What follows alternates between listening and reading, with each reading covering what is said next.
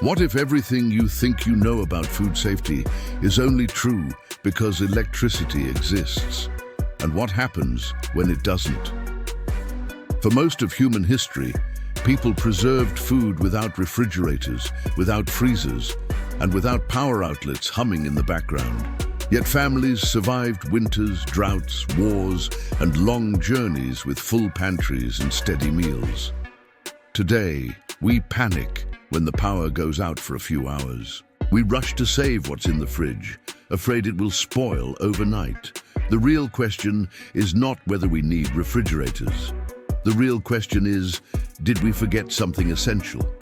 In this video, you'll discover 4 ancient methods used for centuries to preserve food safely and effectively without a fridge. These are not survival fantasies. These are real techniques that fed villages, armies, and entire civilizations. And more than that, they represent a mindset shift from dependency to resilience. If you want to grow stronger in your gardening journey, build true food security, and understand the wisdom that modern life quietly erased, this video is for you. Make sure to like this video, subscribe to the channel, and comment below which method surprised you the most. Let's begin by exploring the first method, a simple process that transforms fragile food into something that can last for months, sometimes even years. Before machines, before electricity, before plastic packaging, there was sunlight and wind. And with just those 2 elements, people learned how to turn food that spoiled in days into food that lasted for months. Drying is one of the oldest preservation methods in human history, and it works because of something very simple. Moisture is life for bacteria. Remove the water and you remove the problem. Think of it like this. Fresh fruit is like a wet sponge. Bacteria love it, but remove the moisture and suddenly it becomes a dry piece of wood. There's nothing left for harmful organisms to feed on. That's the core principle. Drying doesn't kill food, it pauses time. In ancient villages, food wasn't wasted, it was transformed. Grapes became raisins, plums became prunes. Herbs were hung upside down in shaded areas. Fish were split open and laid under the sun. Meat was sliced thin and dried slowly in the air. The goal was always the same: reduce moisture gently without cooking the food. You don't need complicated equipment to do this. You need airflow, warmth, and patience. Herbs can be tied into small bundles and hung in a dry, ventilated place. Fruits can be sliced thin and laid on mesh screens under indirect sunlight. Even vegetables like tomatoes can be cut and dried slowly over days. The key is thin slices and good air circulation. Thick pieces trap moisture inside. Thin pieces release it evenly. And here's something most people don't realize. Dried food often becomes more concentrated in flavor and nutrients. When water leaves, the remaining vitamins, minerals, and natural sugars become more intense. That's why a handful of dried herbs can flavor an entire pot of soup. That's why dried fruit tastes sweeter than fresh fruit. Drying also changes how you see abundance. Instead of being overwhelmed by a big harvest, you start thinking ahead. Too many herbs? Dry them. Extra peppers? Slice and dry them. Surplus apples? Turn them into rings and store them for winter. Suddenly, gardening becomes more strategic. You're not just growing for today, you're building reserves. But drying requires awareness. Food must be completely dry before storage. If even a little moisture remains, mold can form. That's why traditional cultures would test by bending or snapping pieces. If it bends and feels soft, it's not ready. If it snaps or feels leathery and dry, it's safe to store in sealed containers. This method doesn't rely on technology, it relies on understanding nature.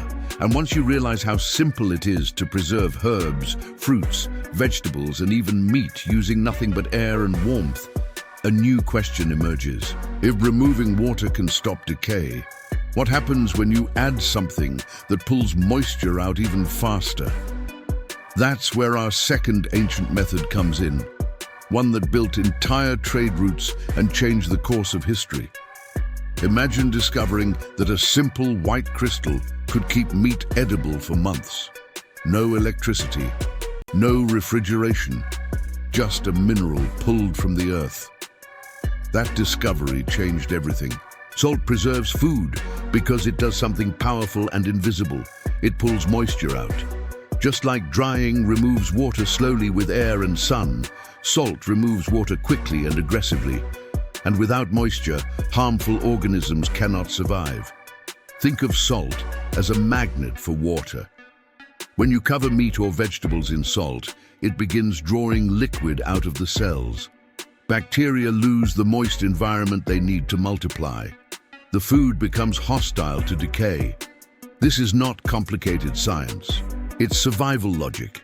In ancient coastal villages, fish were packed in layers of salt inside wooden barrels. In inland regions, meat was rubbed heavily with salt and hung in cool places. Vegetables were brined in salty water. Entire communities survived harsh winters because they understood this one principle: control moisture, control time. Salting doesn't just preserve food, it transforms it. Fresh cabbage becomes sauerkraut when salt pulls out its juices and creates a protective environment. Cucumbers become pickles. Meat becomes firm and dense. Fish develops a deeper flavor. Salt doesn't hide food, it reshapes it. But there is a right way to do it. Too little salt, and bacteria survive.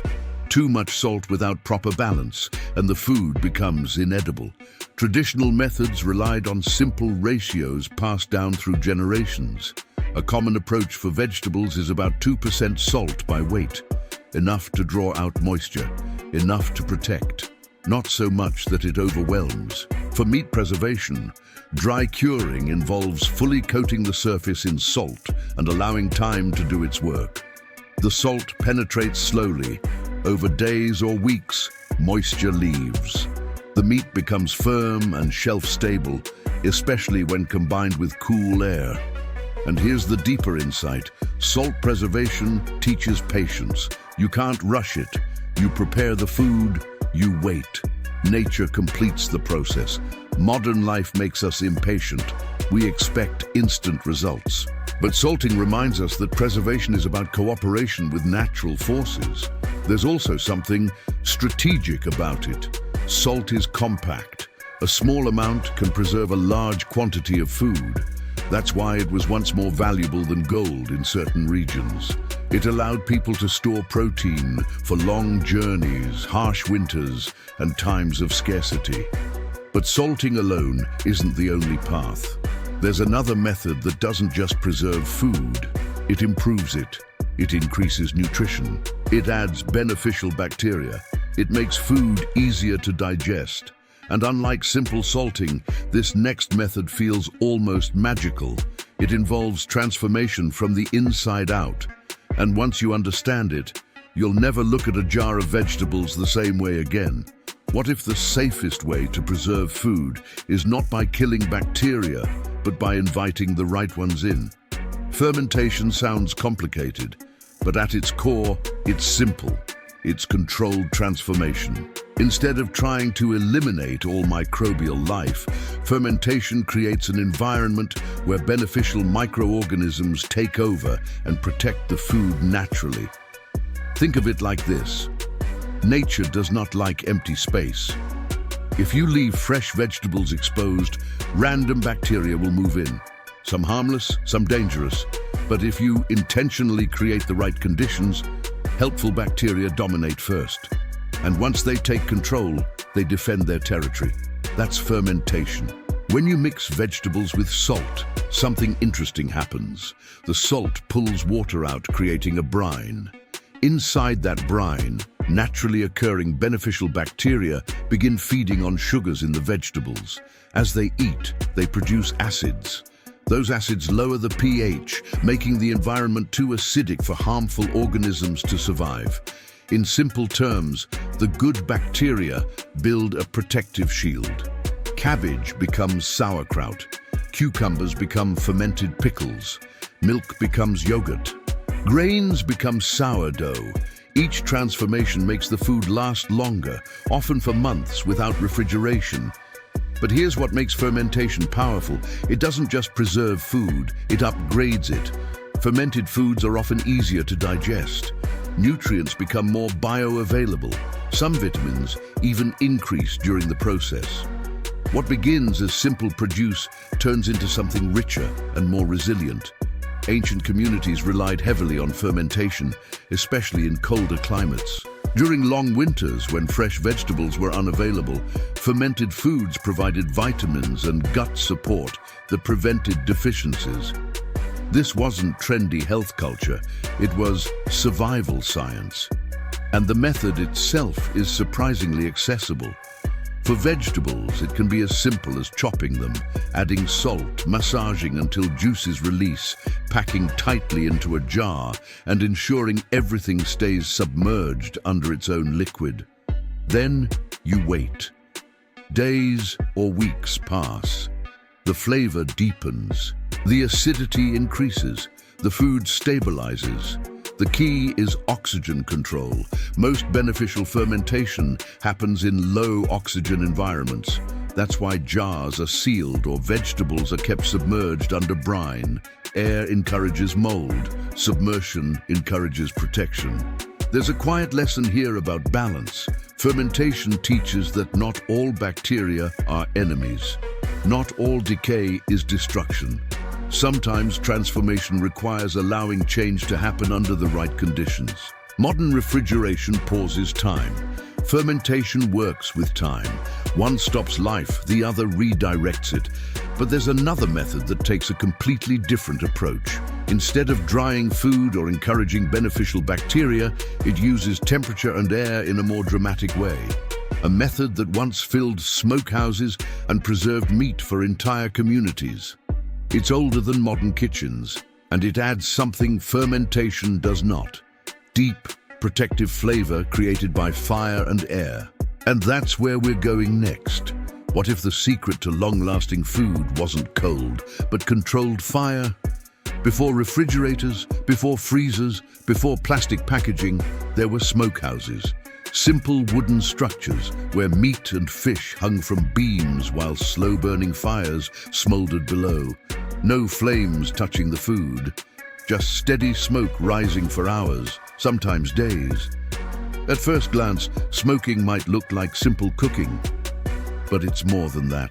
It's preservation through chemistry and airflow. Smoke carries natural compounds released from burning wood. These compounds settle on the surface of the food and create an environment that slows bacterial growth. At the same time, the gentle heat dries the outer layers, reducing moisture. And as you already know, moisture is the enemy of longevity.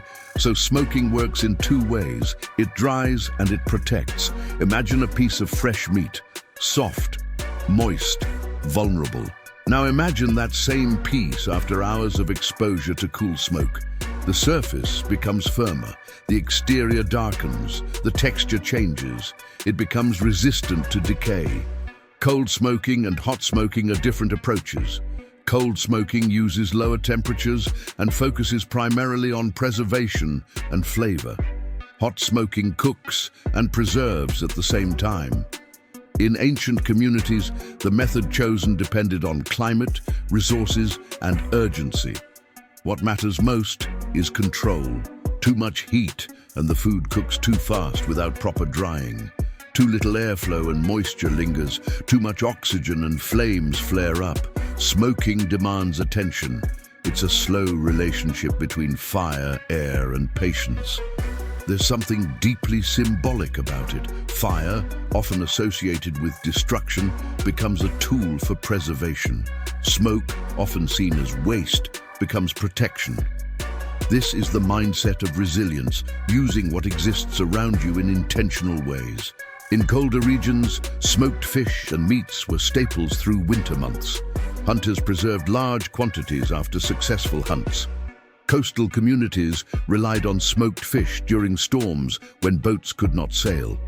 The smokehouse was not a luxury. it was security. And the beauty of smoking is that it layers protection. Many traditional methods combined salting and smoking. Salt would draw moisture out first, then smoke would add a second defensive barrier. Each step increased shelf life. You start to see a pattern here. Preservation isn't about one trick. It's about stacking advantages, reducing moisture, controlling air, using natural elements wisely. But there's still one more ancient method that takes a completely different path. It doesn't rely on dryness. It doesn't rely on bacteria. It doesn't rely on smoke. Instead, it creates a barrier between the food and the outside world. A simple, almost surprising method that can keep food stable for long periods without refrigeration. And once you understand it, you'll realize how creative ancient food systems truly were. Let's explore that final method next. What if preservation is not about removing something, but about blocking something out? The final ancient method is based on a simple idea. Air is the problem. Oxygen allows many forms of spoilage to happen. So instead of drying food or transforming it, some traditional methods focused on sealing it away from air completely. One of the oldest techniques involves submerging food in fat or oil. When cooked meat is placed inside a container and covered fully with melted fat, something powerful happens. As the fat cools, it hardens and creates a solid barrier. No oxygen enters, no air circulates. The food inside is protected. This technique was used for centuries in colder climates. After slow cooking meat, it was packed tightly into clay pots and sealed under a thick layer of fat. Stored in cool cellars, it could last for months. When needed, the seal was broken and the preserved meat was removed from its protective shield. The principle is simple. If air cannot reach it, many spoilage processes cannot begin. Another variation involves submerging vegetables in vinegar.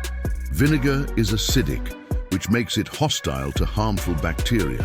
When vegetables are fully covered in vinegar inside sealed jars, they remain stable for long periods. The acid creates protection and the sealed container limits oxygen exposure. Oil preservation works similarly for certain foods like herbs. Fresh herbs submerged fully in oil are shielded from air. In ancient kitchens, this method kept flavors alive long after harvest season ended. But there is an important detail here. The barrier must be complete. Any exposure to air creates vulnerability. Ancient households understood this intuitively. Containers were filled carefully, surfaces were leveled, seals were checked. This method teaches something deeper about resilience. Sometimes survival is not about fighting decay directly. Sometimes it's about removing the conditions that allow decay to thrive. We live in a world where convenience hides these principles from us. Refrigeration feels like magic because it slows everything down. But these ancient techniques reveal that preservation is not magic. It's logic. Control moisture, control bacteria, control oxygen. Each of the 4 methods you've learned, drying, salting, fermenting, smoking, and sealing, follows one of these principles. When you understand them, you stop seeing food as fragile. You start seeing it as adaptable. And that changes your relationship with your garden. Instead of rushing to consume everything immediately or depending entirely on electricity, you begin to think in seasons. You harvest with intention. You preserve with strategy. You build food security step by step. These methods are not extreme survival tactics. They are foundations. They are skills that once belonged to everyone. And when you reclaim them, you're not just preserving food, you're preserving knowledge. Electricity made life easier, but it also made us forget. For thousands of years, families preserved food using sun, salt, smoke, fermentation, and simple barriers. They understood natural laws and worked with them instead of against them. The lesson is not that you must abandon modern tools. The lesson is that you should not be helpless without them. When you learn to dry, salt, ferment, smoke, or seal your harvest, you shift from dependence to capability, from fear to preparation, from consumer to steward. Food preservation is not just about keeping meals edible, it's about keeping knowledge alive. If this video opened your eyes to what ancient systems quietly mastered, like this video, subscribe to the channel and share in the comments which method you want to try first. Because resilience is not built in a crisis, it's built before one.